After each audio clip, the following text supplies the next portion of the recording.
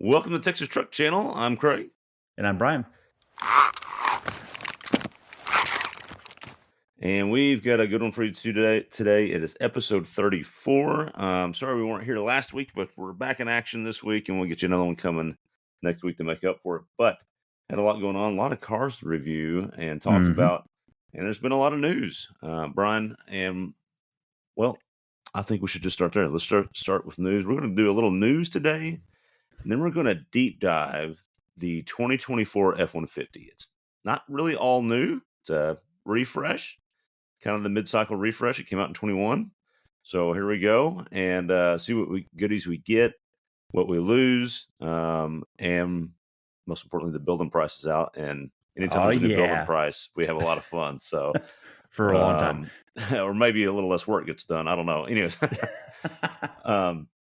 just like everyone. But so, Bryan, do you want to do the first? We've both picked out two news stories we think are interesting to us since we last podcasted. Do you want to go first, or do you want me to go first?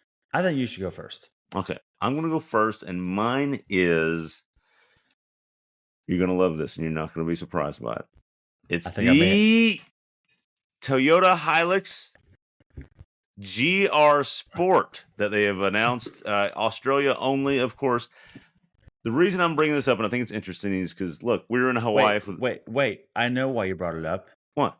Because I said no Land Cruisers on this episode. And this is the closest you could do. But they have the same platform. They share now, so there you go. I know. Thanks a lot, Craig. Great. You made. But no, here's what's interesting about it. So we speculated about this when the Land Cruiser was coming out. Like, are we going to get a GR Sport version or TRD or what or not? You know, all that stuff. Because we were there for the Tacoma launch in Hawaii. And here in the States, previously, the Hilux and Tacoma were kind of separate. They still are nameplate-wise and styling-wise, but now they actually share the same platform, whereas previously they did not, which was really interesting and confusing for people. But now they share, but there's a little bit just styling and trim packages differences. So here in the States, they've done a really good job building up the TRD line. And they do it in NASCAR and off-road and all kinds of things. That's kind of their whole racing sport, whatever version. It's their Tacoma-wise. It's their SVT. Yeah, right. And in Tacoma-wise, it's their Go Fast version versus the Trail Hunter is the Go Slow Overland version, right? So, but overseas, kind of like with the Land Cruiser 300, you don't get TRD or Trail Hunter, at least not yet. You get GR Sport, which is interesting because here we get when it's GR, it's in a car and it's really, really good and it's track focused, or not necessarily track focused, but performance focused, right? But I would say track friendly for sure. Yeah. I think it's sorted in a manner that works in a lot of ways. Anyways, I don't know about you. It's interesting to see them use GR on SUVs and trucks over there, but not here. And I think the only reason they don't do it here is because of the TRD branding. Yeah, I agree. And the thing is that the TRD branding has so much equity stateside. It really does. Just like the Hilux name has so much equity worldwide, Tacoma has more presence stateside. Back in the day, Toyota wouldn't name a domestic or a U.S. truck Hilux because that doesn't really make sense to anybody. Tacoma does. Now there's a whole legacy based on that. Right. The same thing has happened to the TRD Pro line. That is the top tier off-road performance variant flavor from Toyota, whether it's a truck or an SUV. Just like you said, GR is the same thing now stateside. Whereas you used to have TRD Camrys and things like that. Those are slowly becoming GRs, and they're very good. I don't know that the brand equity is something you should throw away. In fact, you and I debated this when we were in Hawaii. Should we actually risk this? Should Toyota risk getting rid of that? I think no. It makes me curious, though, because they've already unveiled the trims for Tacoma. TRD Pro is still there and GR is not there. So do you think it's ever going to come stateside? Do you think we're ever going to see a Land Cruiser or a 4Runner that's GR instead of TRD Pro? I don't know. It's interesting. I don't think so. I think it's everything you just said is why we won't get it, because of the brand equity and just the recognition of it. But I do like the idea of it. I like the GR branding personally. I think it's really cool. I think it's better than, well, I don't know if it's not better. I guess just personal preference. I would probably like the GR, but it might be just a simple fact that we just don't have it, and that's the only reason. To be honest with you. Yeah, it's the forbidden fruit situation. Yeah, But so let's dive into this a little bit. It is interesting. It is so the Hilux overseas does look a little different. It's a little more, I'd say, rounded, a little less bold. I think I like the styling better of our Tacoma here. Yeah, And it so let's looks kind kind of of it looks kind of aggressive overseas though. Like the flares from the fender flares to the front bumper look pretty bold. yeah, and so that's Um, interesting. You mentioned the fender flares. That's one of the first things this GR gets is these bold fender flares, which look eerily similar to the fender flares on the TRD Pro yeah, they here. do. So a little bit of not a rip off, but some similarities there, which is Yeah, cool. sharing. It's definitely sharing. And then you get down to the engine. So it's here you get TRD inspiration. Over there you get Dakar Rally inspired because the Hilux Dakar Rally does really good. And so I think that's cool, which is a really fun race to watch. Yeah, But you get absolutely. over there, or with the Hilux, you're going to get, and here's what kind of every brand's doing now. They're making these new engine lineups, and you get a gas version for states, and you get diesel for the rest of the world. That's really just what's happening. Yeah. So over there, you get a 2.8 diesel, which is also in their most recently updated 70 series. Good for 221 horsepower, 406 pound-feet of torque, Golly. which is pretty handy on the torque, although really down on the horsepower. I mean, honestly, I think I'm a little more excited about an iForce Max with the The hybrid? manual. That seems like more fun.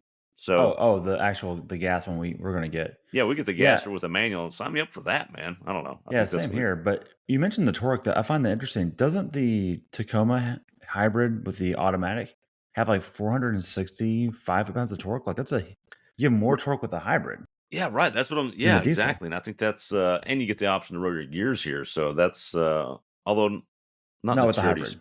Not in the TRD Pro or Yeah, the hybrid. yeah, Correct. right, right. So, You have to go normal non-hybrid to get the manual, but but the interesting horsepower numbers are higher. here you get the 8 speed instead of the 6 speed. Is the only thing they're going to get over there is a 6 speed Oh, automatic. for the auto. Oh, that's Yeah. interesting. Yeah, So but with the diesel, I don't know that you need as many ratios, honestly. But no, who you knows? probably don't. You have so much torque that's just kind of available everywhere. It doesn't matter as Yeah. much. But so let's get into some. What do you get? You get the. So this is the closest thing they're going to get to their TRD Pro. I think our TRD Pro is actually a little bit better or built for more speed off road, and Hmm. I like to thank the Raptor for that. So you get they get KYB monotube shocks, which is an interesting choice over there because here they don't. I don't think they have a KYB on anything, do they? Now over here, it's mostly. You mean Toyota in general, or just all trucks? Because I Just would Tacoma. say, yeah, they do not have KYBs. They usually do Fox as their main brand, and then sometimes Bilstan will come Hmm. in. Well, and then they have Old Man Emu now on the Trail Hunter, but not any KYB. So Oh, interesting to see them that's use right. That's right. one other shock supplier, which is interesting.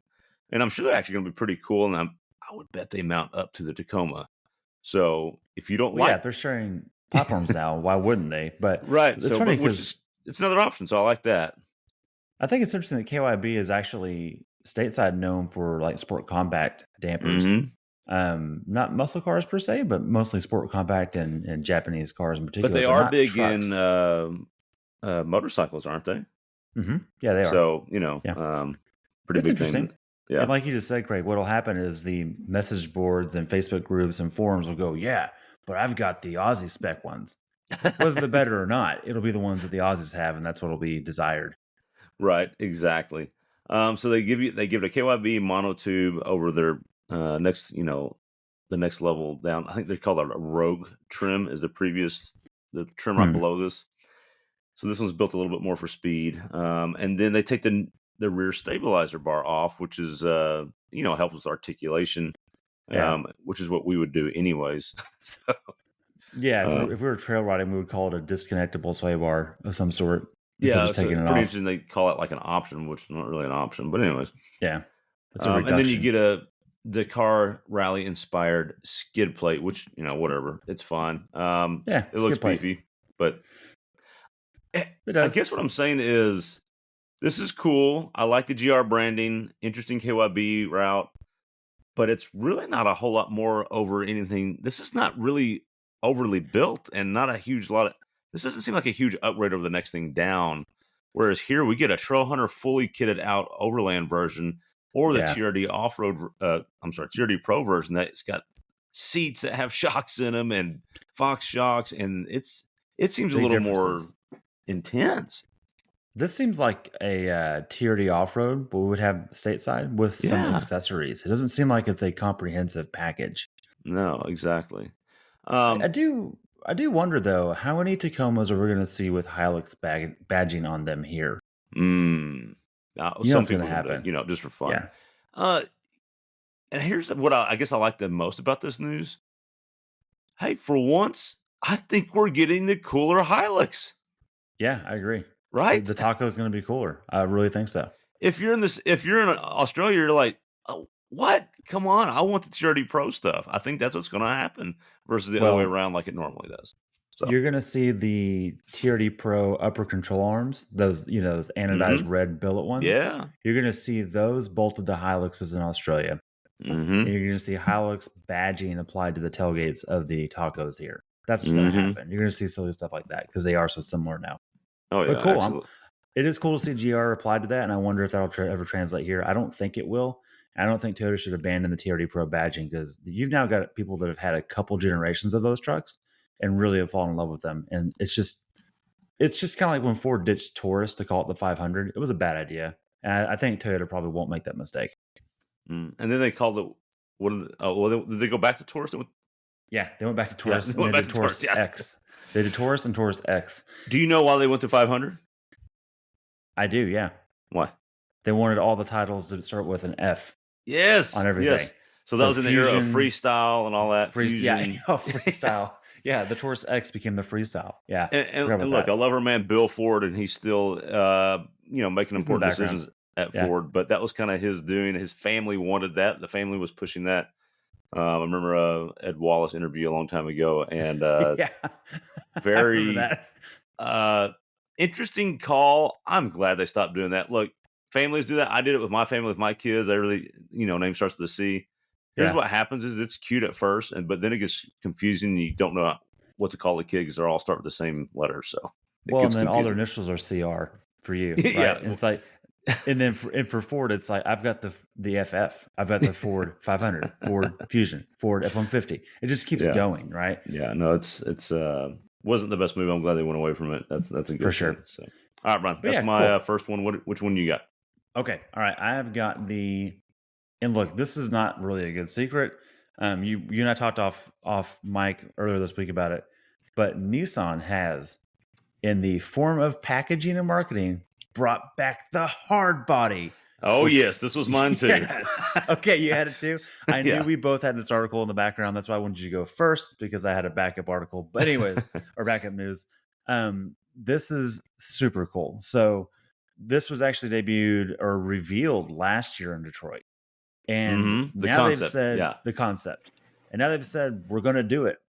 And when you look at the concept from last year and you look at the production version they put out now, it's the same truck. They just showed it last year and now they've just said, by the way, we're doing that.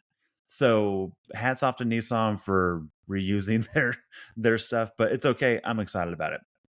The wheels, Craig, look like they're straight off.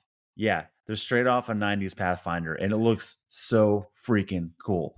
I love them. Yeah. They're great. No, those You, wheels are amaze balls, is what those are. Those wheels yeah, are. yeah, When those concepts came out, they had another different concept. I can't remember what the name of it was, but they all looked really cool. And yeah. They had some overlanding ones and stuff like that. yeah, the best thing, the most important thing, the thing that stole the show were those wheels. And I was like, if they could do nothing else but make those wheels an option somehow, or somebody aftermarkets those Yeah, have to be made because that is a must buy if you get a Frontier. they're Bar so none. cool. Yeah. Yeah, bar none. And nowadays with monoblock wheel manufacturing, you can make those balance great. I think in the 90s that might have been debatable. Like you look at the way it's a tri-spoke blocky looking thing. It's It looks look awesome. for listeners, just go Google it. The 2024 Frontier Hardbody Edition. You'll see it. So this is just a package that overlays on the current Frontier, which is a refresh of the old Frontier. So there's a lot of legacy here, Craig. So it makes sense to pull back what worked and use it now. So if you're not going to do a new platform, hats off to Nissan for at least keeping this one fresh. And they've done a good job at that. So the front grille is black. It matches the whole brush guard of the old hardbody. And by the way, hardbody just means Nissan pickup before the Frontier title came into play Yeah. in the States here. They were so So original, it really didn't have a name for it. yeah, they So call it hardbody, that's what which they I'm sure yeah. was a translation issue, from Japan to here. But it's Mhm. cool. I think it looks neat. You can do the bed bar on it and that kind of stuff, kind of retro throwback stuff. And I'm about it. Skid plates. Look, if we're going to keep this whole platform, make it fun, and they've capitalized on that. It's Radwood cool off a lot. I like it. No, absolutely. Yeah, and so Brian, what does it get? So it's my understanding is it's based on the SV package, which is the kind of mid-level trim package because you can get an S, Yeah, I think, than the SV. and then it's not the Pro 4X, but Right. it's below that. But yeah, that's what it's based off of, and it gets the wheels are 17-inch wheels. Which is interesting. So Just, that's small of a wheel. That's interesting. well, yeah, but the originals were 16s and 15s. There were two flavors of this Mhm. back in the day. So they've taken the same design and just grown it a little bit, and it works. I'm okay with that. And then I think you get a skid plate, the sport bar, like you mentioned, graphics to make it look like that, the blacked out grill. And Mhm. the package is $3,890 on top of Yep, a $36,000 SV. You can get this bad boy and those looks, Brian, for right at 40 grand. that's incredible. That's pretty good. That's really good. And I'm that's about going to it. be a looker. Yeah. Oh, it is a looker. I mean, you look and you can Yeah. get the fog lights in the bed. I remember when this came out, there were two other. You mentioned a minute ago, two other concepts that came out at the same time, and kind of the wink you were getting from Nissan was, "We're going to make one of these packages," Yeah. and you and I were like, "Duh, it's the hard body." Like, Yeah, of course it is. yeah, I thank you, the other two teams at Nissan for trying, and those are great options too. But let's be real, this one's cheaper to make out of the others as well, and Now, it's cooler looking. and now clarification, because I couldn't find this anywhere. So let me know if you saw it. But I didn't see anything about where I don't think there's a lift or anything. It's just the 4-wheel drive with 17-inch wheels and the packaging and trim and stuff. There's That's what no I've. mechanical differences from what I can tell. No, I can't tell either. But while we're talking, I'll pull up the media release and double check. So while we go into the next thing, I'll pull it up and check because I'm Um, curious. while he's checking that out, one of the neat things, one of the funny things I thought when I was reading the press release was here's how original some would say in a positive way Nissan is, or how lack of funding they are. It's Um, both. their inspiration in the design studio here is they had to get this right, Brian. So what they literally did is they did what you and I do all day long. They found as many online ads as they could of Nissan hard bodies. It's literally in the press release. We found as many online ads we could find of Nissan hard bodies and posted them all through the design studio for inspiration. You got to So be kidding me. so hang on, let me make sure I understood this. You work at Nissan. Your job is to design a retro heritage styled vehicle that your company previously made and should have all kinds of documents, photos, media on, right? Yeah, But but you you don't went to do you don't market. yeah, you don't You get went to any marketplace in-house instead, stuff. right? You just go online and look at ones that other people are selling in the world, and that's your inspiration. I thought that was amazing and kind of shows how little they're working with. So everybody that's working at Nissan is busting their balls and doing their Yeah, best they can with what they got. and And hats this is off to cool. them for being as successful as they have. I mean, that's Yeah. impressive. Man, I'm looking at this thing, and they literally have not mentioned specs at all Because I on don't that think it's package. any different. I think it's just a It's, wheel and tire and accessory package. That is all it so is. you're going to spend 3 grand and change for wheels and tires and graphics and tailgate applique and that kind of stuff. And I'll Mhm. be honest with you, I think it's worth it. Oh, I think it's worth it. I have no problem with Yeah, I would pick this over the Pro 4X because you can't get this on the Pro 4X, right. Yeah, and which means no locker. I would get this and lose the locker. That's how cool I think it looks.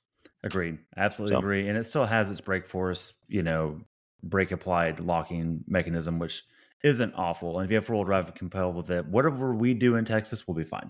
So sure. I All will right. say in the media photos, I'm curious. I'm going to put this as a stake in the ground right now for future conversation.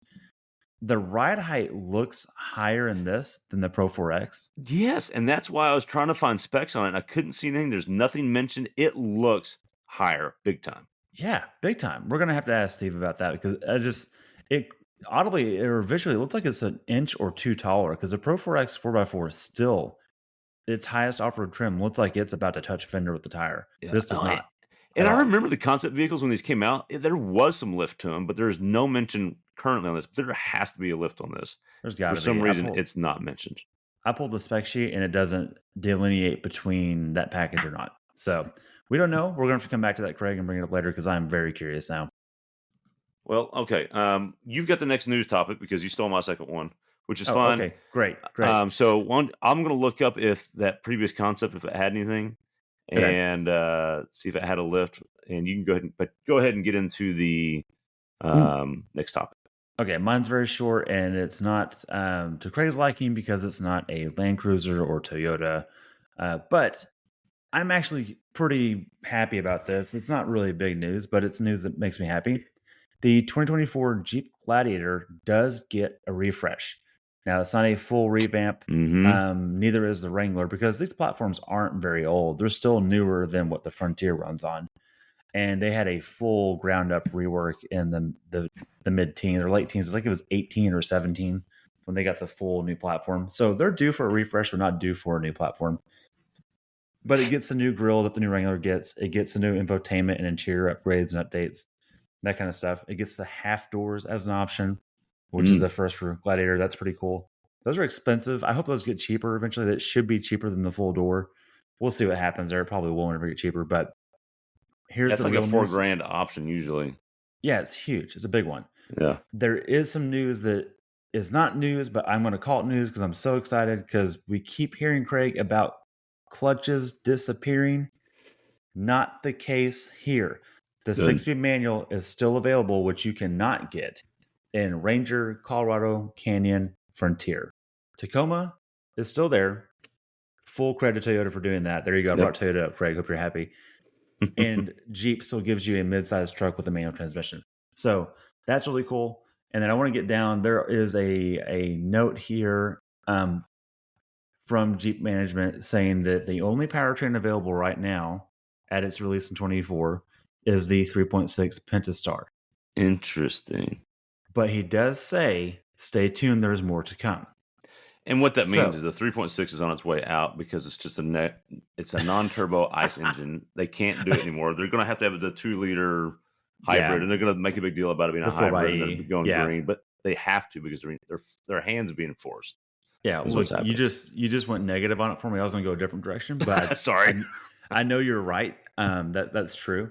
So the thought is that 4xe is probably going to be like they're going to do that. Like they haven't done it yet because they're about to refresh it anyways. That's why they haven't done it. But I also think the 2-liter turbo without hybrid will come into play as well. I bet that becomes an option. I can see in lieu of the V6. The problem is those engines don't adapt to that ICE and manual transmission. It tells you that the manual is not for long. That's exactly what that means. Exactly. It's going to fade out probably in 2 or 3 years, which is heartbreaking, but probably real. But maybe we're wrong. I don't know. The Tacoma can keep doing it. They can do it if they really want to. We'll see. Could be wrong. Volkswagen GTI has given up on it. There's a lot of brands giving up on these lately. So, we'll see. Now, here's a glimmer of hope, though. And I am literally dreaming right now because I know it won't happen. The 392 has never hit the Gladiator, but I would love it if it did. So I'm just going to put that out there. That would be cool. They also mentioned a Rubicon X model or something. What is the X in that? Do you know? Is it the bigger wheels and tires, or I didn't get that far into it? I don't. I've read the release and it's not very clear. It goes into about the X being they all come with Dana 44s, but the X might be the tow package, diff package. That might be how you get it on trims other than Rubicon and Mojave. Okay, interesting. So okay, so I did look up the concept vehicle that you talked about that came out when the Nissan Hardbody concept last year. Yeah. It mentioned in that write-up, first off, it had BFG KO2s, which are better than these Hancooks that I've seen in the press photos. Yeah. And then it had a Calmini 3-inch lift. Okay. That's not what we're looking at here, though. This is not a 3-inch lift in this picture. No, I don't know. It's a pretty, but it looks very similar. It does look taller, doesn't it? Yeah. I don't know. Okay, interesting. We'll see. I hope it is, or I hope it's their in-house version of that. I mean, for Nissan, they don't have to go outside of their factory to have a branded lift packet. They can just make it taller. They can just put more spring in there. It's not that hard. Right. But that's cool. I'm excited about it. And look, we've been jabbing Nissan for a while for reusing things, but it has an all-new engine. Even though it's very similar to the VQ40 going out, it is a modern brand new 3.8 and you have a Mercedes 9-speed behind it, it's not like they've gotten a junk powertrain in there. It is current. So, if they Look, can fix their power steering, they're into business. maybe the lift will help with that. I don't know, but probably not. Yeah. Okay, well, let's get into the main topic of tonight's show, Brian, and that is the 2024 F-150 refresh is out. We have all the specs and the details on it.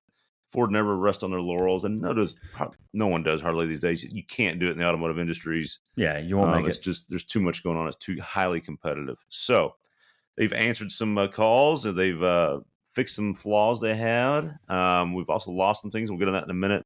Yep. First, we'll just kind of do some hits on what the new 2024 F-150 highlights are. I want to share a screen, Brian, so you kind of see what we're on. Yeah, I like it. Let's see. Here we go. Yeah, so this is we're on the press site, and let's just get into some of the stuff they talk about. New standard engine is probably the first one. We'll start there. Brian, previously you used to get a 3.7, and then it went down to a 3.3.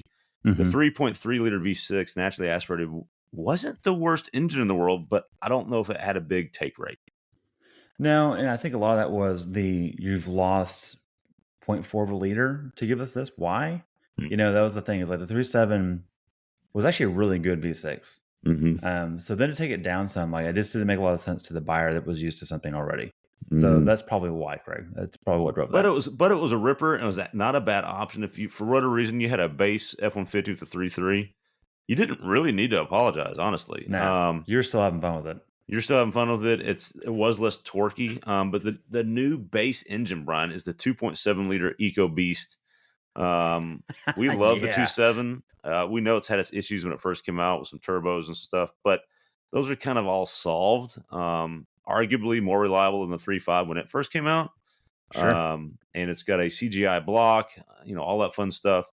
It's a really robust engine. It really is. They call it the Nano engine line. Nano architecture. So that includes the 2.7 and the 3 liter that you find in the Raptor and some of the Lincoln stuff. And like you said, the CGI, which is, for those who don't know, is a compacted graphite iron block. Yes. And that's the kind of stuff you see out of like the big diesel trucks. Right. Yeah. You're basically getting diesel technology for a gas motor. Here's what you're getting. Right. So. Right. And that's because the compression is pretty high on this thing. It is good enough for 325 horsepower, Brian, and 400 pound-feet of torque. That's wild. That's your base engine. Think about that. Yeah, that's a ton. Is that have they published the new horsepower numbers? Well, they have on that one. I don't know about the others. I haven't seen anything on anything else. So I'm looking at the spec sheet right now, and they have not mentioned horsepower or torque on anything. Okay. They've got all the dimensions. They've got bore and stroke and all that kind of stuff. But it says remain strong and optimized across the lineup. So it means you're going to go up. It means everything's going to go up a little bit. That's what that means. Yeah. That's cool.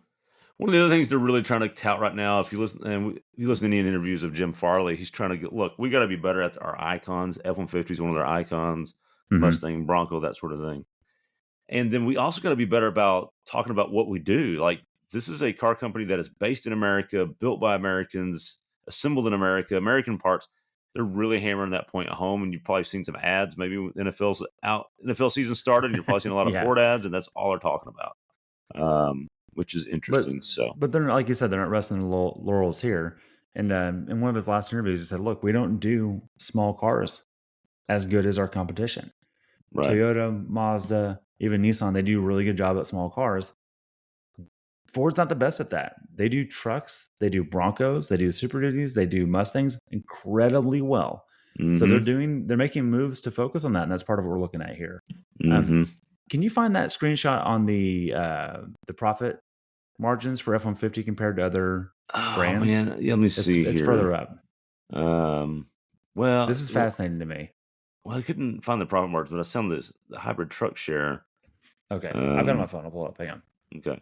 Well, while you're looking that up, one of the other things they've done is Pro Power on board is supposed to be cheaper now to get. It used to be kind of an expensive option when this first came out in 21. It was a big deal, and it was, wow, we get this hybrid platform with 7.2 kilowatts of power. People almost didn't even know what to do with it. I don't think people knew how big a deal it was until we had this Texas winter storm, and people were literally powering their homes off of it and using the truck like a generator. So what Ford has done is, okay, they've realized, look, this works. People like it. we're going to make the Power Boost hybrid option basically not as much of a premium powertrain to get. It's basically the same as the 3.5 EcoBoost. You want the Right. 3.5 EcoBoost non-hybrid, get it, or you can get it with the hybrid. We're not going to charge basically any more for it. So that's pretty cool. And they've made so there's always been a couple flavors of Power Boost or of the onboard power, not Power Boost, but onboard power. And now the 2.0 kilowatt hour is available on all trims now. So Yes, not just, not in all engines, not just the Coyote and not just the 3.5. right. The 2.7 does as well. And then you've got the standard Power Boost as 2.4 kilowatt, and the optional is the 7.2 with the hybrid powertrain. Yes. 7.2 is a ton, man. You watch those commercials of them doing construction site work and plugging in welders and stuff. That's real. That's legitimate. It's a big deal. Come on, Super Duty. It's your turn. No, it's really awesome. I cannot wait to see them put that in the Super Duty. That would be amazing. But yeah, most trucks, you look at the little plug in the back of the bed, it's 400 watts, which just doesn't power a coffee pot, which we've tested. Yeah. So several times. Yeah, that's a big deal. Some of the other things I'm going to gloss over, Brian, a bunch of tech crap. Blue Cruise. No one cares. Blue Cruise, any of that crap never works. Someone's going to come in and argue, oh, it does work. Whatever. It doesn't work. We're going to move on. Thank you. Interesting, though, you do get a trailer crap. Yeah, don't care about that either. Trailer, don't get it. Yeah, don't get it. Heads-up display, which I think is first for Ford F150. Yeah, it is. Surprising that it's just the first time this has happened, because that's been out in a lot of vehicles for now. Or GM's been doing that for a minute. Yeah. Also, Brian, we get you mentioned it, digital screens in all of them now. No analog gauges. Is that true? Yeah, and that's because, and here's a little secret to those that are listening, digital clusters are cheaper to produce than a cheap analog gauge. So don't pay more for it in other brands because it's cheaper for them to do it. You're getting hornswoggled. Also, I like normal dials, and those are gone, which is kind of annoying. Yeah. That being said, the Ford one is a pretty good package, so you're not like left in the dark. But it's the way of the future. But it's really, I'm not happy about it. Brian, there is a little picture on their media website. It's really interesting. If you look at it, you see the speedometer to the right, which is a big 0, and then to the left, it looks like the tachometer is now a simulated gauge versus just like the 1.2, 2.0. I don't think people like that. I think people like the sweep. Yeah. So for those that don't know, Steven, I'm talking to you. The cluster used to say, instead of 1200 RPM, it just said 1.2 with no explanation of what that was. And as you floored it, it just saw a single number and another single number. So it rev all out to like 5.8, right? And then that was just the tachometer. It was just weird. I didn't like it. Well, it's kind of hard for your brain to realize where you're at, just at a glance. It just became meaningless is what it did. Go back up. I want to point one more thing out. So and we're talking screens. Now the standard screen in every vehicle is the same one that you get in the Lightning from the previous few years. It's the 12-inch screen. So now the standard screen is the big screen. There's one screen. That's it, not two. Yeah, that's true. And that is a big deal. That's what everybody cares about these days. And so good for them. Brian, and then the tailgate wars continue. So boring. I just don't care about this. We'll mention it. But so now what they have done is, oh my gosh, what are they doing? This is the most boring thing I've ever seen. Okay, so now the tailgate basically is cut down the middle, in 2 spots. So you have like the small door in the middle, right, that opens to the side.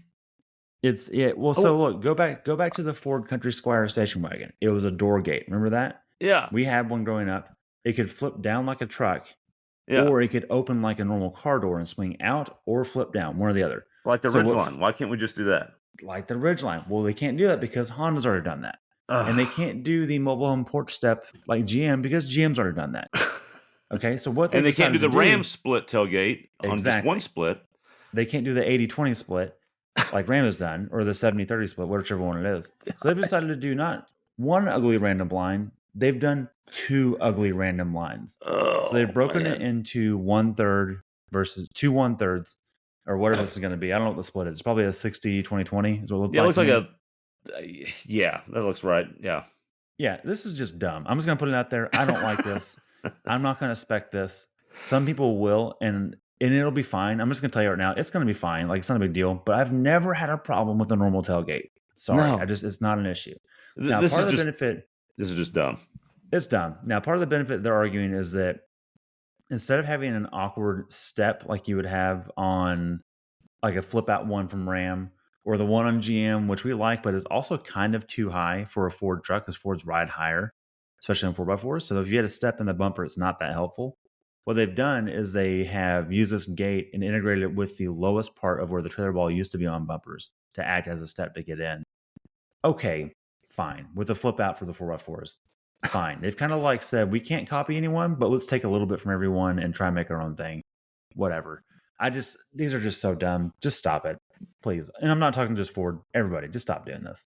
It's dumb. I think they call it the Pro Access tailgate, and Brian, it's just I just don't see how this is that helpful. But whatever, we're No. moving on. They had the thing I do like though is when the Ford Maverick came out, it was such a great packaging design. It did a bunch of cool little tricks, Yeah. and so you're seeing some of this on the F-150 now. So they have a little bed box now. You know, the Maverick to the back of the tailgate, next to the tailgate. Well, storage compartment. Yeah, you have a little access panel, and you can do different things. And they've done the same thing here, and I think that's really cool and really smart. So yeah, and look, I think we're going to see a lot of that stuff throughout this bed package, and then we're just going to have to reap the rewards of that. All good. I'm going to gloss over the F-150 trimmer stuff. They've given the trimmer a few more options. Mainly, they're really proud of this winch kit you can put on the front of it, Brian, and it literally looks like it's just slapped on there. It is ugly as hell. Yeah, it is. It is not integrated at all. No, it's just out in the open. No. I don't know how this passed crash standards. It may not. One and two. We've been in these trucks, Craig. There's a lot of room in there behind that grill. They could have integrated this in like a Power Wagon does, or something like that, and it could have been really cool looking. The stick-on look might have been on purpose, but man, I wouldn't expect that. The trimmer's a great package, by the way. We like the trimmer. Sure. We're a big fan of it. I'm still going to be a fan of this one. I just wouldn't get that. That's going to be really funky looking. I bet the aftermarket will solve that for them, but it just is tragic that it's just glued on the front, basically. Right. And then, Brian, probably one of the bigger news, some of the bigger news is there's now an available, moving on to the Raptor. There's a Fox dual live valve shock, and I want you to talk about that because you geek out on those Fox shocks from the Raptor. Tell us what's going on with the dual valve. Okay, so live valve, for those that don't know, is an adaptive shock absorber system from Fox that first came out in 2019 on the Raptor, and it was a big, big deal. We now see it on some Polaris products. They're super high end Turbo R, desert running UTVs and side by sides. They are using the same system, just smaller, but same technology from Fox. Ford and Fox developed this for the Raptor, and the whole point was prior to this, you had a big Fox shock with an oil reservoir, but it was static. Its valving was what it was. So no matter where the cycle of suspension was on the front or the rear, the dampening calibration stayed the same. And so part of the problem was, and we had this in our first gen, Craig, around town at low speeds, it was kind of bumpy. Mm-hmm. But when you got it at speed on a dirt road, it just was perfect. You knew that was its target and it nailed it. But the rest of the time, you had to kind of pay for it, right? It wasn't quite as soft riding. Well, then you go into the Gen 2 pre-live valve, and they've kind of like blended those together a little bit. They made the valving a little bit different, but it still had to pick a lane to stay in. Live valve is completely adjustable. So there's actually an electronic actuator that's opening and closing a needle valve. And so you can get this thing in the air, and there's G meters in all four corners. There's ride height sensors, all this kind of stuff. Very, very advanced system. Like, don't buy an old truck and add this to it. It's not possible. It's really integrated in the truck completely. What it will do. Oh, go ahead. Sorry. No, go ahead. What it will do is it will ride Cadillac smooth around town, low speed, potholes, that kind of stuff. You can change drive modes, and it will automatically change the window of adjustability for what that is. So like Baja mode's gonna be naturally a little bit stiffer, and it's gonna keep it in that range so it can react faster. It can react, I think it's about 600 times a second. So it's truly continuously adjustable. And the whole point is that you can now get this thing 8 feet in the air on a jump, and it will completely close that valve, or nearly. So when you hit the ground, it is stiff enough to absorb that impact. But when you're not in the air, maybe you've lifted just one tire, not all four tires, it will pick what is right for that. And we've sampled this, Greg, a couple times now on the Raptor R and the regular Raptor, and it is magic. It is. Any terrain at any speed, it's the best tool for the job, period. And we've said this for a long time. We've sampled other brands' versions of this too. The TRX is also very good, but not this good. The 02. spool. Oh, the 02s, yeah. Thank you. The Chevy 02 stuff and AT4X from GMC with their spool valves. It's also very good, but it's kind of like a Gen 1 Raptor. Its gate of adjustability is very narrow. It can't do much Right. compared to this. So what they've done now, Craig, they have taken it from being adjustable on compression, meaning when you have gone from full extension to bringing it to full compression, meaning you're bringing suspension down with an impact. They have now given that same technology to what's called rebound. And rebound is the rate at which it goes from full compression to full droop in suspension. Mhm. What that means, Craig, is it can now detect things like potholes and close that rebound valving so that wheel won't drop over that pothole or that obstacle. It can detect you've gone over a log and you're about to hit something else. It can slow down the wheel travel when it's coming down. So you've just taken that tech that worked really good for compression and just doubled it up. That's really what it is. Yeah, it's like Is it? tech on top of tech, and it's Yeah. tech on top of tech that works. Yeah. No, And it's look, compression is more important of the two, but I'm mhm. really curious to see in day-to-day use and also our dirt use if we can tell. I'm sure we can. It's really interesting. I love it. It's really cool. That made the Raptor just even better, and we'll get into some more interesting stuff in the build in a minute. Most importantly, though, is you get a new color, shelter green. Oh Thank you. yeah. We can get a Thank green you. Raptor now, Thank buddy. you. Thank you. Thank you. Thank you. And then of course, last but not least, we should have mentioned this. I guess there's slight modifications on the exterior and the Oh yeah. styling. There's the grills New look a little grills. different, a little more bold, different wheel options, that sort of thing, different color choices, a lot of that kind of stuff. By and large, the interior does stay the same though, other Yeah. than The just screen stuff. yeah. So But your controls and your switch gear and like you said, color palette's a little bit different, but the dash design is identical. right, and okay, so we'll get into our builds now. Before we do, I want to talk about some other things. The biggest thing, Brian, is they have really simplified the process. So one of the things that was kind of cool, but also kind of a problem because there were so many options previously, is you could get so many different configurations previously, and it was almost too much. But it was And awesome for the consumer. sure, The problem was it made it really hard for Ford to get these things cranked out because they had so many variables. And in a time of supply issues post COVID, that became a real problem. So right. that's part of this decision factor. They've whittled it down by I think 26% or something like that in hmm options. So big deal. So some things that have changed before we get into our build. So what I've done for us is I've given us a little assignment, and we're going to share the F-150 we would build. And what's off the table is just the most expensive one you can get. So like you can't get the Raptor R with every option. Of course, that's what you would get if you had all the money in the world, no doubt. Yeah. But what's your like okay, your build if you actually got to buy this thing, and then your build like okay, I can't get the Raptor R in this weird scenario, but I'm going to build everything else the way I want it. What would you get? Okay. And So so, basically, one we have to pay for in real hmm life, or hmm one that, like, look, let's be real, the Raptor is off the table because they're so marked up. But you have more budget. What would you do if you could play a little bit, right? sure, sure. Okay. Okay, so but before we get into that though, I want to point out some things that have changed. So the trimmer you used to be able to get the front Torsen diff. It was a $495 option, Brian. Mm-hmm. Straight out of the Raptor, Independent. Yeah. independent, and it wasn't part of any package. So you could get a Raptor for what 60 grand, and then add this $500 option, and boom, Bob's your uncle. You got all the mechanical ability that you can get in a trimmer. Oh, you mean yeah, you can get a trimmer for 60 grand. Is what you meant? Yeah, yeah, yeah. Yeah. With it, yeah, Now to get the trimmer with the front tours and diff, you have to get some big luxury package, which is like it's a high 10 package. grand, Yeah. which gets the price of your trimmer up to about 74, 75 grand, which this is the good and bad news. Bad news is you're basically at the Raptor level now. Right. Good The base news Raptor is level.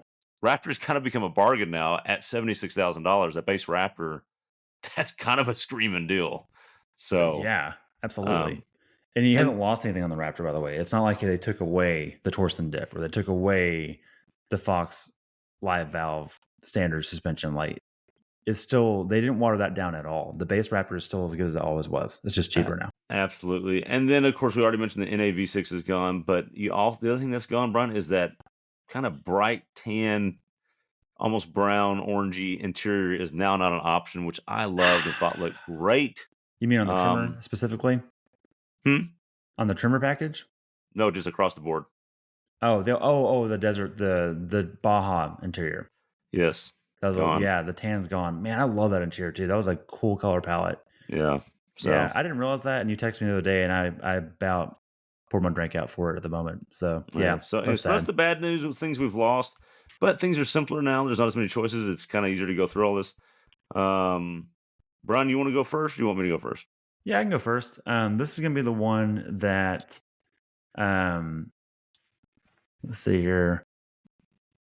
We got the right screen. There we go. This is the one that I would build if I had to pay for it. Okay. So you've got to go spend your own money. Yep. And this is how you're going to make the payments, and I've got to go place an order and then wait for it to come in and all that kind of stuff, and then also own it and live with it. Okay, so you've done a screen share here, and first off, right off the bat, I want to tell people, of course he picked Atlas Blue. He drools over blue vehicles. It's ridiculous, but it looks great. Go ahead, tell us what you got.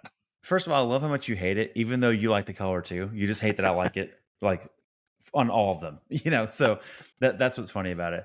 Your color options are pretty fun. There are some other ones I would have considered. You can now get Avalanche on the Avalanche looks good in person. It looks weird online. It looks real good. But before Avalanche was really only on the trimmers and Raptors. Now you can get it on others as well, which I like. So let's start with model or trim. I went with an STX trim. So of the 8 trims, I believe this is the second from the bottom. So it goes XL, then STX, then XLT, and then so on and so forth. Trimmer, lariat, all that stuff. I went with STX because I wanted some of the visual packages and also some of the interior trim packages that you can't get on the XL. But I wanted to keep the price reasonable. So this kept it at a good place. And look, this is probably going to be their volume seller, the STX. It just is. Right. Well, and it always has been, right? Yeah. They've always been able to get some cool looking STXs that are actually kind of affordable. So that's the sweet spot. You have no interior options at all. I picked the Atlas Blue for the exterior, and I ended up with a kind of a black appearance package with the wheels that I went with. Wasn't married to that, but the way I configured it, I had to get that. So that's fine. Don't hate it though either.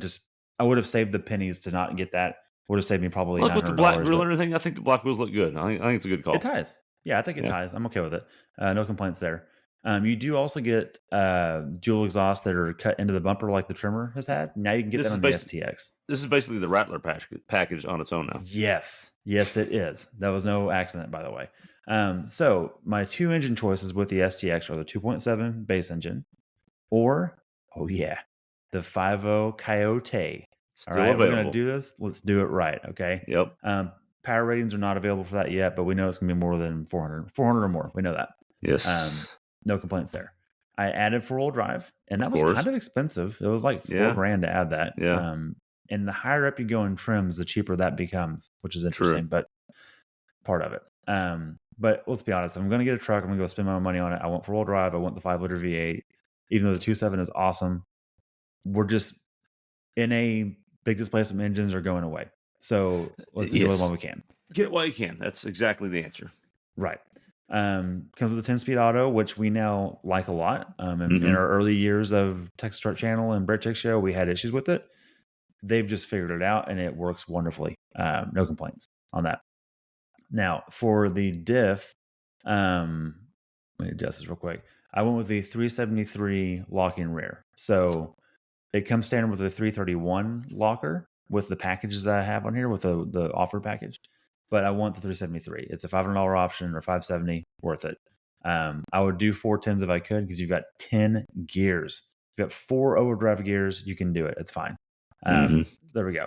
So what I did add was the FX4 package, and that's what put me into the 331 rear diff with a locker and some skid plates and that kind of stuff. I want to talk about what it gives you a little bit. So this is what gave me the 18-inch black wheels.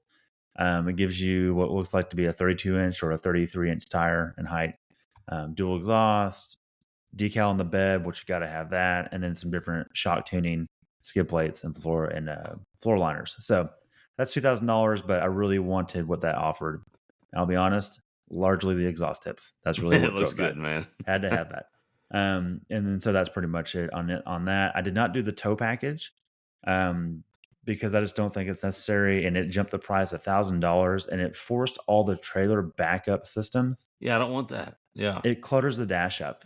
I would Yep. rather just add the trailer brake controller later on if I needed it, because you can just add those pretty easily. Yeah, absolutely. So I skipped it because it actually didn't change the radiator size or cooling at all. So there's really not much gain there. And that's a good point to make. That used to be a thing, but not anymore. Yeah. Yeah, now they just have good radiators, flat out. Hmm. I also added the spray and bed liner because the factory spray-ins are always better than the ones that you get at the corner store. And I think that's about it. So in terms of pricing, interior. I'll talk about that real quick. So the STX gives you like a bronze trim on the That center looks console good. and the door plates. It looks pretty good. That does And look good. because it's an STX, you keep the column shifter, which I like a Oh, lot. good That's call. yeah, big deal, big deal. So, anyways, happy with that. Let me talk about pricing real quick. I really didn't add that many options, but when it all came down to dust settle, it came down to 57,000 even. That's not a bad move, Brian. That looks That's good. Look, if I bought that tomorrow, I'd be really happy with it. I I really mean, would. that's a really good buy. That's a good value. There's a reason that's going to be one of his good sellers. Yeah, That is really good. So, right on. Thanks, man. well done, well done. You're getting her to be one up though. Okay. Let Look, the me only thing see you could have here. made better on mine was adding a leather wrap steering wheel, which is about a $10,000 option. So Fair enough. Fair I'll just go enough. to the dealer and buy that on my own and put it on there. Fair enough. So I did my version of, okay, you got to spend your own money. Y'all know I'm a cheapskate, so here we go. It's going to be cheaper than Brian's is number one. See if this is the right one. Oh, that's the right one. Okay. So Brian, here we go. Let's go to the top. I've got two things I like, and I know Brian. You want to go ahead and tell him which? You're not surprised by the color, I'm sure. Yeah. There's two things. One, you've got white, and can I explain why that matters to you? Yes, please. One, your daily work environment does have some caliche and gravel, so fair props to you. That stays cleaner, or you can't tell it's as dirty. I get that. Actually, there's three reasons. Number two, you don't have to pay for car washes as much. That's a real reason why you like that. And then number three, you can go to any job site or city construction zone or downtown area and throw a cone out behind that truck, and no one's giving you a parking ticket or asking why you're there because they Nope. think you're there for work. Yes. Period. The end. Yeah. This You is own the that. stealthiest truck you could ever buy. Total. It's the minivan of trucks. It's It's great. the minivan I of trucks. love it. Like, yeah, you park wherever you want with this thing with one orange cone next to it, Done. and no one says a word. You could park in front of the White House. They'd probably let you walk in. I'm not joking. Are you working on the plumbing? Come on in, dude. Like they wouldn't even question it. And by not joking, I mean you and I have literally done this, and it works. I had a Several white times for F-150 years. previously, and it worked. Yeah. So I went with the XL trim, not the STX, because I don't want it all Okay. ghettoed and boy racered up. I want it to just work. Well, work hold spec. on. You don't want it to But- look good. Okay. Wait, there's one more feature you have on here that I know we both love. You have Steelies on here. Yes. Okay. Yes. Okay. Okay. Honestly, that's the main reason I'm still in the XL, not the STX. I wanted these Fair. wheels. I wanted the Steelies. I love the Steelies. I just think it's account cool. for that. Look, They are cool. Look, let's go back to Land Cruisers. In the Land Cruiser Oh world, my god. people love the poverty spec, the United Nations poverty spec, the UN poverty spec. You'd see on that's what this is. This is the F-150 version of that, and I think Sure. it looks great. But The problem is in the States, people see that and go, "Oh, you couldn't afford the nice one. You got the work truck." cool, Even that's though fine. this has like a ton of features. Yeah, That's fine. You go park way back, 50 rows back at the ball game. I'm going to park right next to the entrance with my cone. Okay, so love it. I've got the 5-liter V8, so I did get one option. That was a $1,300 option in this trim, which same reasons you said, Brian. Okay. It's not long for this world, probably, most likely, and so get them while you can. Yep, That's absolutely. all They're there not is to going to it. make another one, so No. keep this one. In the XL trim, interestingly, again, they simplified things. You cannot get the power boost anymore. That was a previous option. Okay. Cannot get the power boost anymore in the XL.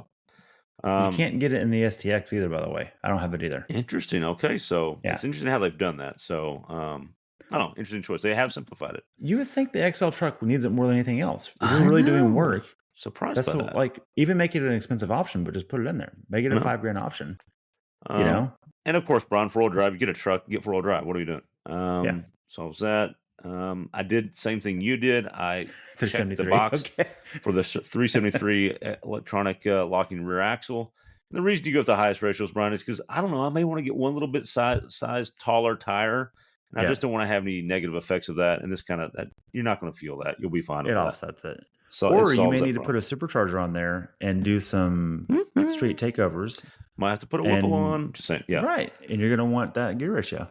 They tried to entice me with the XL High equipment group, which gets you wheels that are not steelies, chrome bumpers, which ruin the look, and an electronic rear window defroster for $1,000. Get out of here. It ain't getting Get any of that lost. crap. I did the same thing you did, tow haul package. I didn't get it because it forced me into some other stuff I didn't like. Yep. A lot of stuff, actually. Yeah, actually, a lot of stuff. So I said, see you later. I can put a brake controller on later. Yeah. So yeah, I kept the 17-inch silver steel wheels. That's the smallest wheel you can get, 17 inches, which means I can get a beefier sidewall for my little bit taller mud tire later, Well, which I like. It means you can put on 315 70 17s off a Raptor KO2s, and they will fit that wheel. There you go. And then you get into the options, and I basically didn't check any of them except, Bryan, I did check the illuminated Ford logo badge for $410. Oh, I don't know what that is. I think it's what it says it is.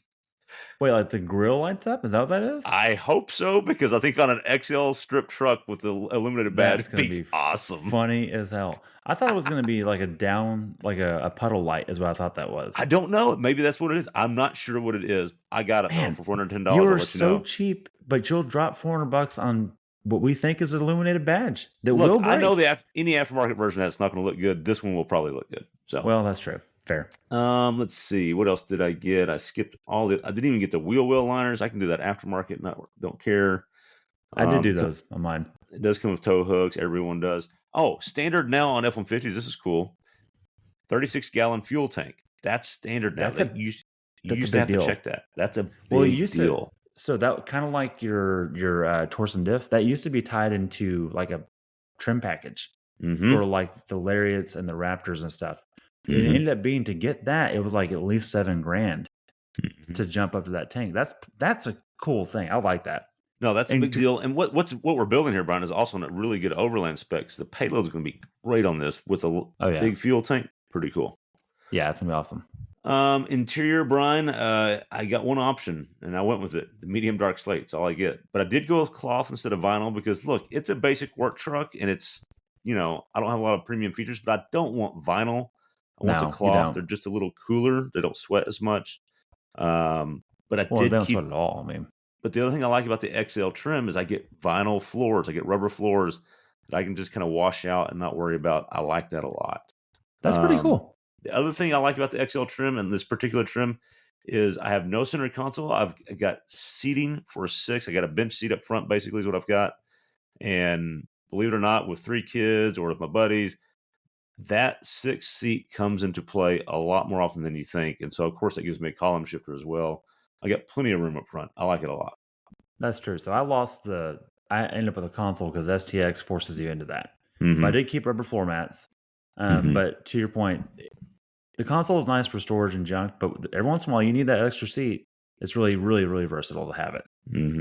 And like you said, 12-inch screen standard now, which is really cool.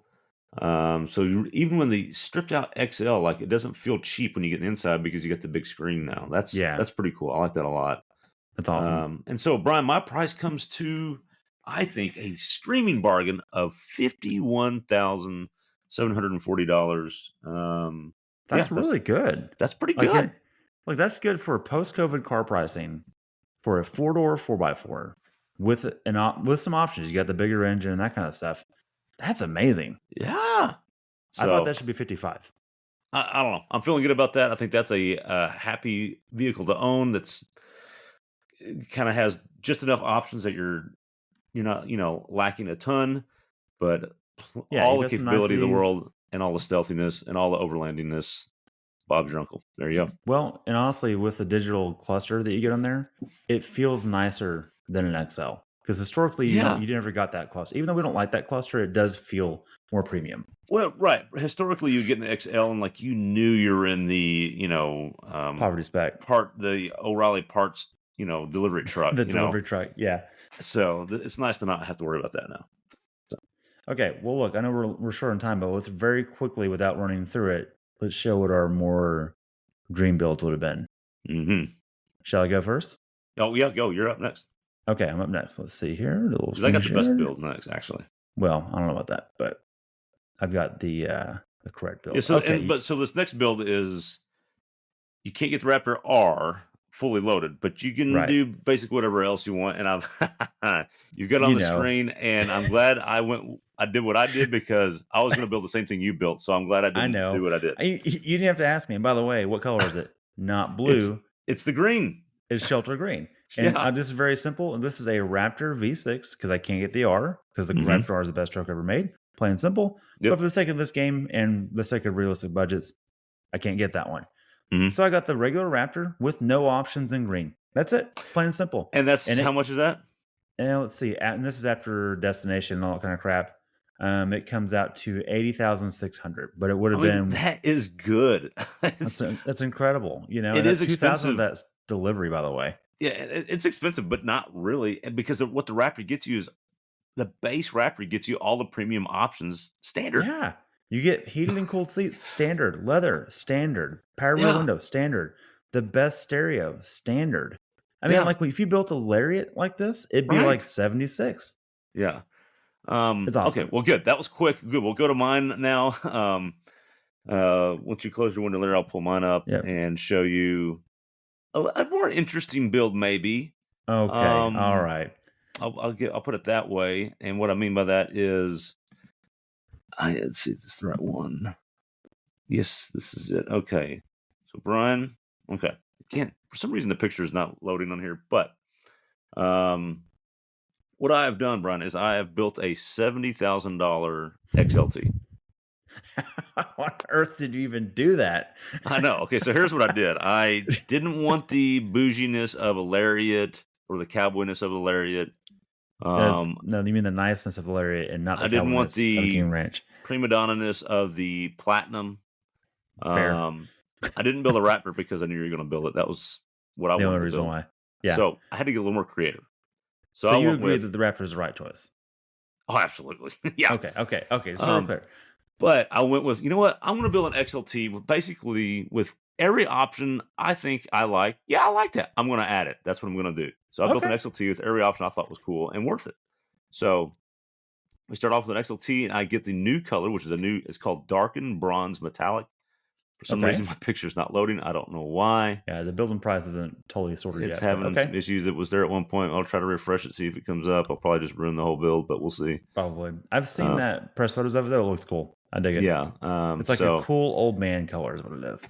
Yeah, it looks really cool. So anyways, but what I did was I went ahead and went with their power boost because they're touting it, and it is really cool actually. So I went with the power boost. That was they say it's not an option, a premium over the 3.5 EcoBoost, but it is on the building price. It is. It's $2,000 more, which is not much more, but it's still $2,000 more than the base EcoBoost. So there's that.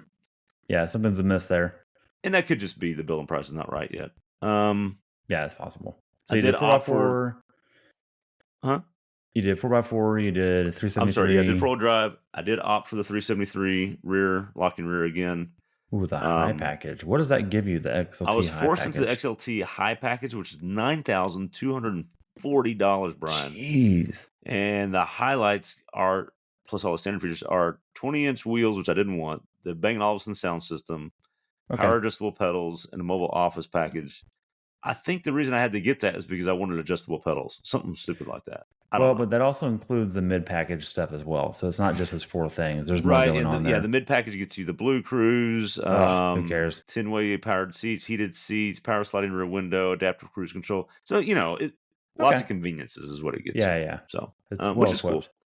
That came with, I did check the FX4 off-road package. We still want to be able to do that stuff. We got wheels that are all chromy and bougie and old manny. I didn't want. They're 20 inchers. I hate that, but whatever. You can sell them for nothing on Marketplace later.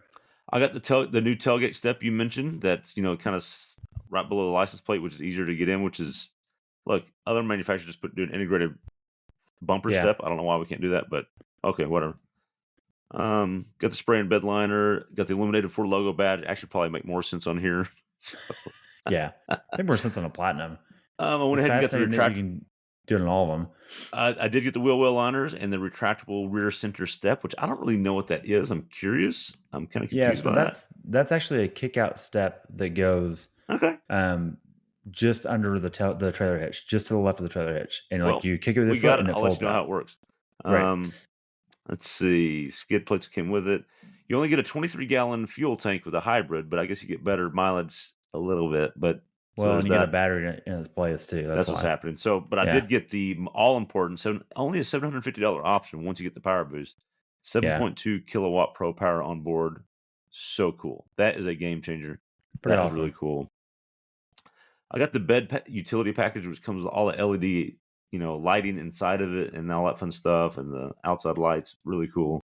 Let me ask real quick. I'm going to park it real quick. If you actually own this, would you go the next step and have your breaker box at home fitted so that if you had a power outage for a long period of time, you could plug the truck in and let it be a generator and actually power the house? Would you go that step if you're going to have that tool? I feel like you probably should. I think I would, because that would be, you got this great tool that you're driving around just day in, day out that works all the time. Yeah, I think that's a great call. So, I mean, at that point, it's a 26-gallon generator. Yeah. Because you can plug it in, and we've tested this on our reviews if you haven't seen them already, but you can literally plug it in and then just go about leave it alone, lock the doors, leave the truck is off, and it will start the gas engine when it needs to on a quiet idle at low RPM and power that battery back up and shut off when it doesn't need to. It's a hybrid generator. Right. That's pretty cool. Okay, so we do lose tan interior, but we do get, Bryan, you get like this, you can get this black/smoked truffle, which is kind of this brown hints. I think it looks okay. It's kind of it's a non-boring gray, I guess. Yeah. I think it looks good. I'd be happy with that. I don't know where to get black. Must be the door panels, because I don't see black in those seats at all. They look like gray. Agreed. You do get the stupid shifter, the console shifter. The console, I hate, but whatever. Fisher Price. The way it works. Then all the other options that we've kind of already talked about and other things, Blue Cruise, all that fun stuff. So, but Bryan, that gets my out the door price to $69,615. Is that not crazy? That's wild for an XLT. Yeah, that's a lot. Holy crap! And also, I'll be honest, that's not a truck I really want. I don't like the shifter in the console, which I get it. You're just stuck on that. Don't like the wheels. You don't like the wheels either. Like these are, you can change wheels, not a big deal. But anyways, it is a nice truck though. But at 70, couldn't you just get a Lariat with a little less features with a 5.0? Well, in all seriousness, I think the Lariat styling looks a little weird. I think the XLT grille I like better, and so that was a factor. That was a factor. So. On the previous gen or the current gen that's on sale right now, I would disagree with you. Agreed. On this next one, I think you're right. I think the grill is a little too gaudy on the Lariat. On the current gen, I like the Lariat better, exterior wise. The grills better than the XLT grills. It's the opposite with the new ones. So that is interesting. The grills are kind of hit and miss. Look, since we've already gone over our time, I'm going to show you a 10-second build that I will never actually do, but I will always want to do. Okay. And this is just realistic. And it was like, look, you can't do the Raptor R, but this is my fantasy build that I will never actually build or order, but I'll always actually want. And that is, where is it? Here we go. Okay, baby. It is an XL regular cab short bed in Atlas blue. And do you see that right there? That's 4x4. Uh-huh. And it is a Coyote. You got the one miler. Yeah, I'm not the one miler. I got the drag winner. What are you talking about? You put the Whipple on this and you put 900 to the tire, and this puppy is going to go out the door for $43,000. Or if you skip 4x4, it goes up for $38,000. That is actually a fun, awesome truck. And that's exactly what you do. You put the Whipple on there and it's right at 53, and you are having so much fun, super capable, awesome truck. And you just rip off the 4x4 decal and you actually lower it. You do a lowering kit on it, so it rides like a two-wheel drive F-150, and it's just a sleeper. And you don't have to do drag tires and stuff. And you can leave regular tires on it, and it will just launch like crazy. Everybody wins. If you go 2-wheel drive, you have to put this massive drag tire to make anything work out of it. Yeah. It's just so cool. That's so and that's much my fun. fantasy build that like I would have to have 5 other cars that are paid for that before I ever built this. Yeah, because but it's really I will always- impractical. totally. But I'll always want it. Plain and simple. Absolutely. Thanks for suffering through with us. We had a lot of fun doing that. Give us an excuse to go through the building price, which we love to do anyways. We don't need excuses for that. Of course, we'll keep you updated. Oh, Bryan, you got the stats on these sales. Yeah, this will be real fast. This is something that is like out of the whole press release of this truck. This is the most fascinating thing to me that I think is relevant for people. And this is the Ford F-Series revenue. This is the F-150, or not the F-150. The F-Series alone generated more revenue in 2022 than the following companies. Visa brought in $29.3 billion. Netflix, $31.6 billion. Starbucks, $32.3 billion of revenue in 2022. The F-Series brought in $41.5 billion. That's not Ford, just the F-Series. So that's not Crazy. Broncos. That's not Mustangs. That's not Escapes and Explorers and Expeditions. That tells you how big of a product this is and why it's the number one selling vehicle on the planet. That's wild. Yeah. That's a wild number. So anyways. That is incredible. We're going to end it there. Pretty interesting stuff. A big product for Ford, and we'll get our hands on one soon, I am sure. Yep. With that, thanks for listening. Be sure to, we didn't get into the giveaways. I will check those comments on the next one. If we got to do double giveaways, we'll do double giveaways, but please go on podcast or Apple iTunes. What is it? Apple Podcast. That's what it's called. Podcast. Apple Podcast. I keep changing it. And leave us a review. After you leave us a review, if you'll take a screenshot and email us at breakcheckshow@gmail.com, and we will get you some swag, some stickers, and who knows what else, some other goodies we may have. The historical piece of automotive history has been sent off to our previous winner, so congratulations to that guy, and we're looking forward to sending out some more goodies. Thanks for listening.